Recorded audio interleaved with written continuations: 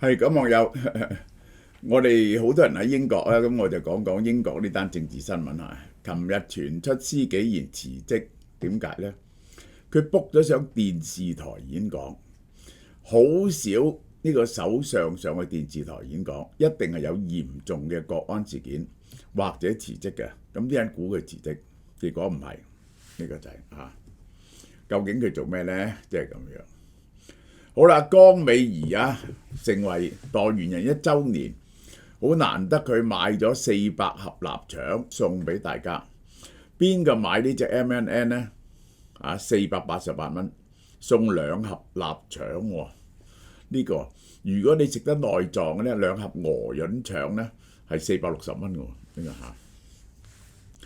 施紀賢喺電視上，結果係為咗任命文德信為駐美大使，向全民公開道歉。施紀賢唔信文紀賢話佢車大炮，向愛潑斯坦嘅受害者、愛潑斯坦案嘅受害者道歉。嗱，呢單嘢就因為愛潑斯坦檔案最後嗰批300幾萬頁文件出嚟，揭穿咗呢單嘢嘅，屬於工黨嘅英國前駐美大使文德信涉嫌淫梅愛潑斯坦案引起嘅風波，令到工黨入邊好多人逼宮嚇。結果星期四喺公開場合發表講話，以前輕信文德信嘅謊言，任命佢為駐美大使，向嗰啲受害者道歉。呢個就係好啦。公眾強烈預測首相因為任命失當而引咎辭職。喂，用一個人用錯咗要辭職咁大鑊？喺危機時刻嘅全國講話，通常係有重大政治責任承擔同埋去留交代。結果呢，佢係向全民道歉，坦誠判斷失誤，但係拒絕辭職。點解呢？個核心矛盾就係你信錯人係好容易，但呢個唔係第一次。呢個人呢，係擁有好多醜聞履歷嘅人，去美國做呢一個外交人員，英國外交人員外派，冇嘢重要得過駐美大使。呢個唔係禮貌性道歉，係將自己定調為我係俾人呃咗，而唔係共犯，守住呢一條底線。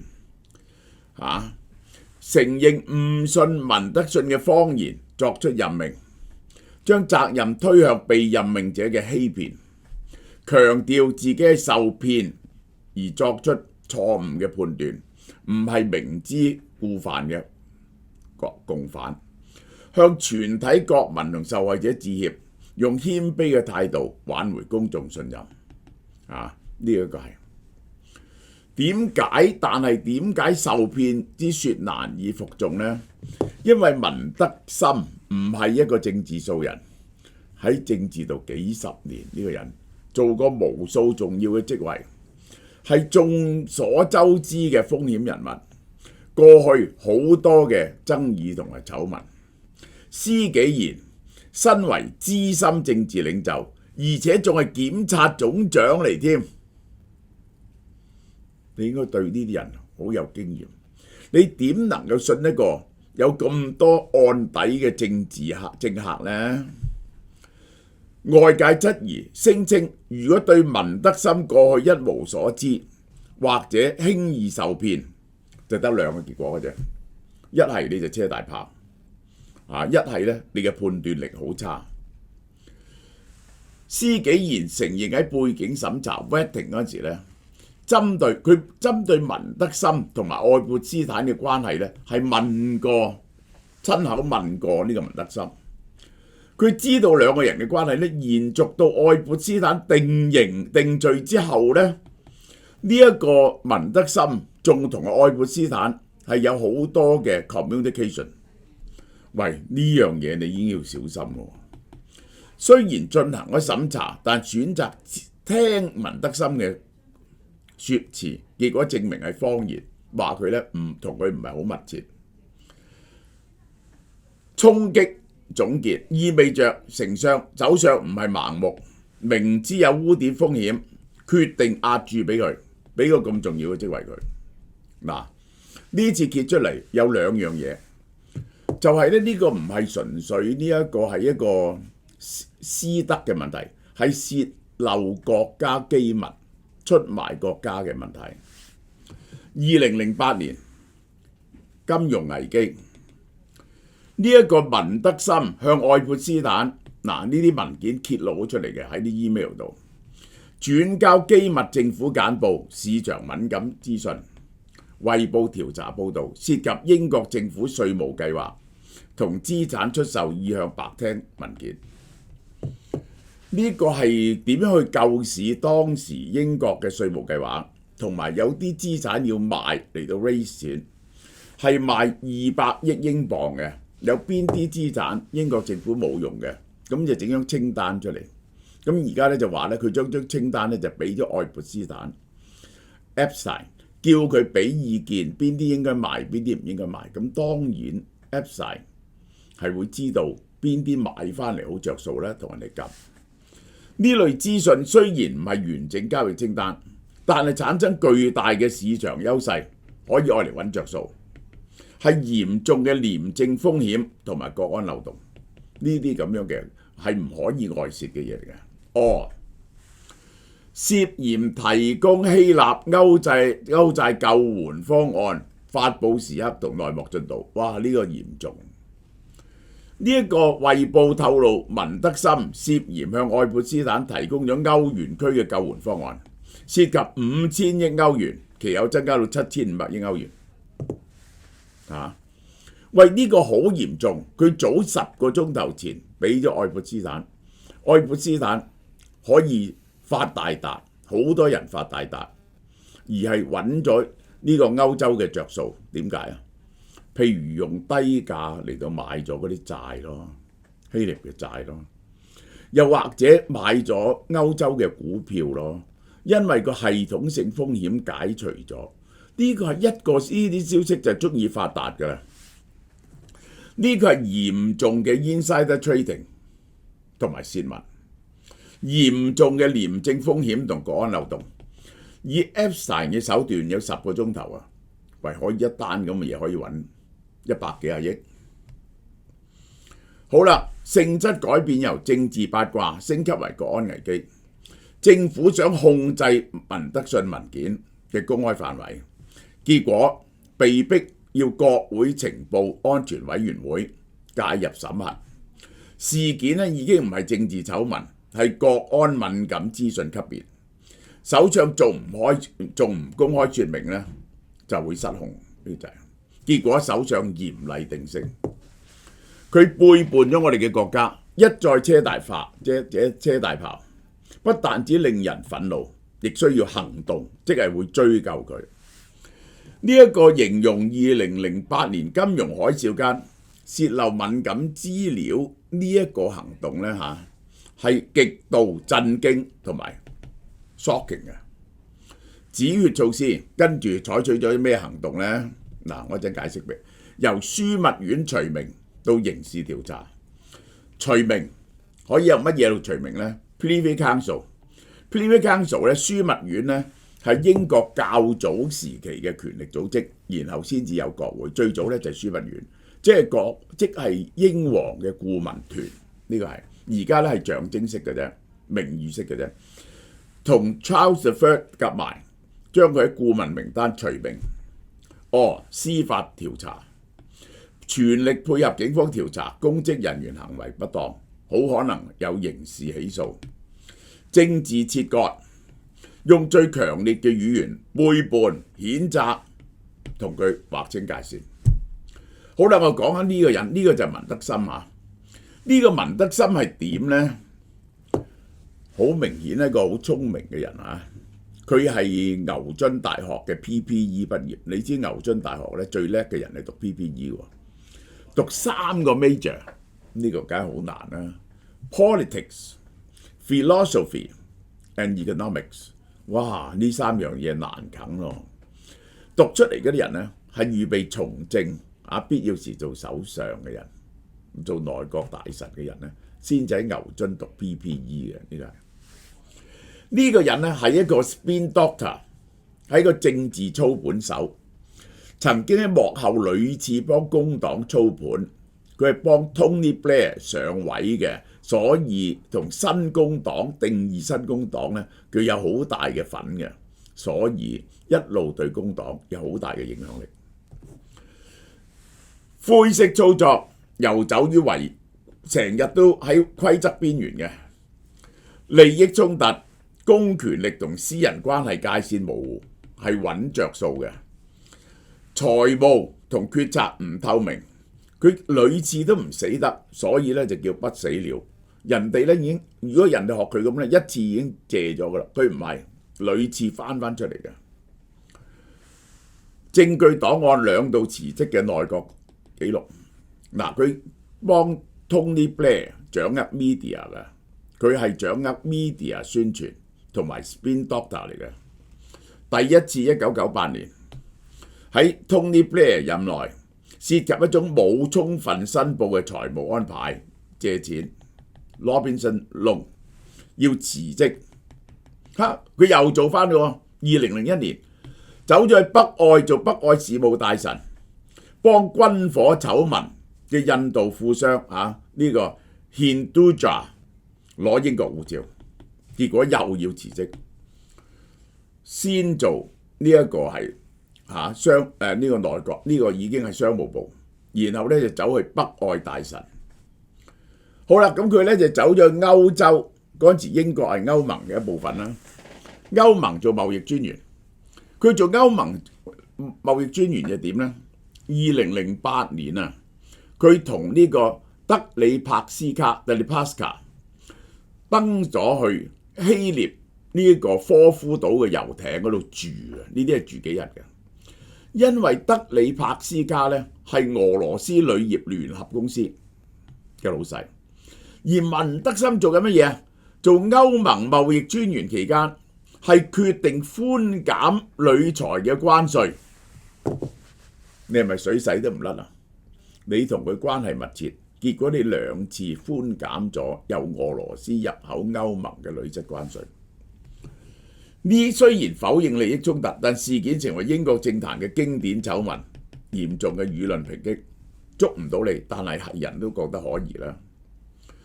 好啦，證據檔案3，商業化嘅政治影響力。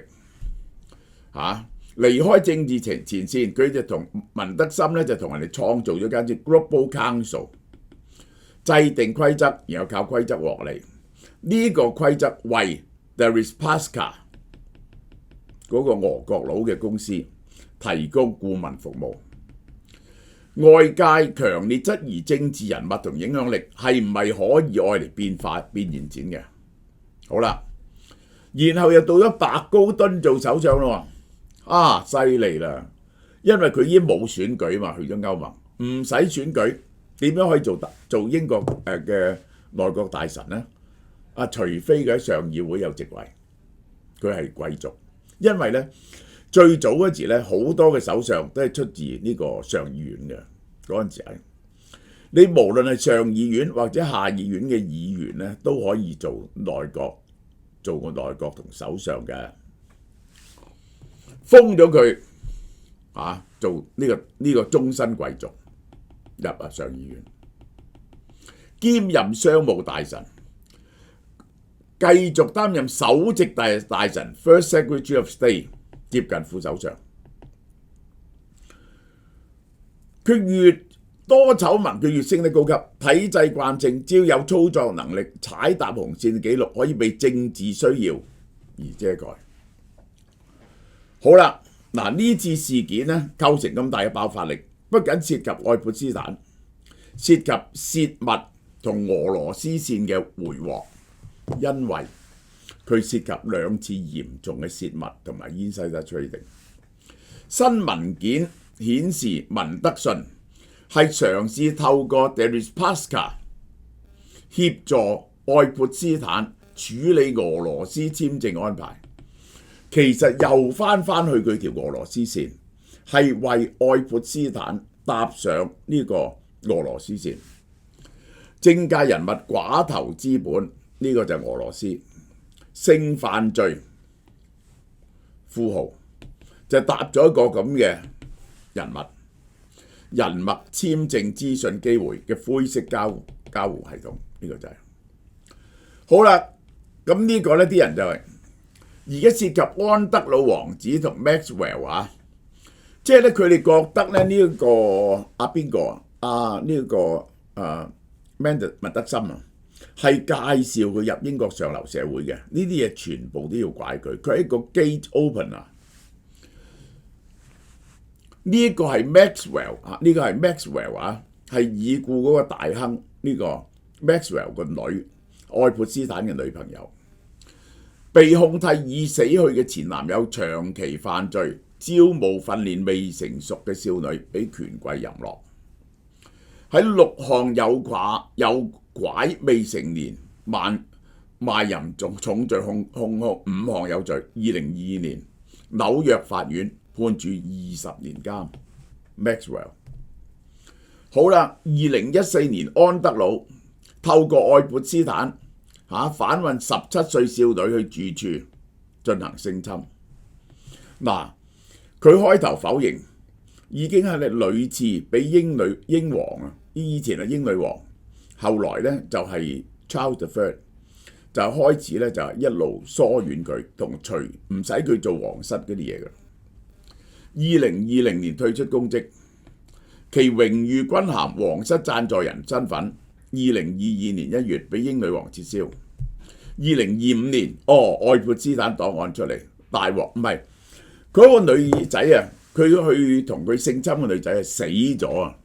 臨死咧就係佢同佢有保密協議嘅，係英皇室俾咗幾億嗰個女仔，結果嗰個女仔咧就自殺，話自殺死咗，留翻個遺書，就出咗本書指控佢。呢個大鑊，仲有相添嘅。咁而家咧有幅相咧就佢撳住嗰條女咧喺地下嗰度。呢次出嚟咧就要趕佢走，唔可以稱為王子噶啦，以後唔可以稱為王子。最難自圓其說嘅司紀賢聲稱受騙，點可以咁輕易受騙呢？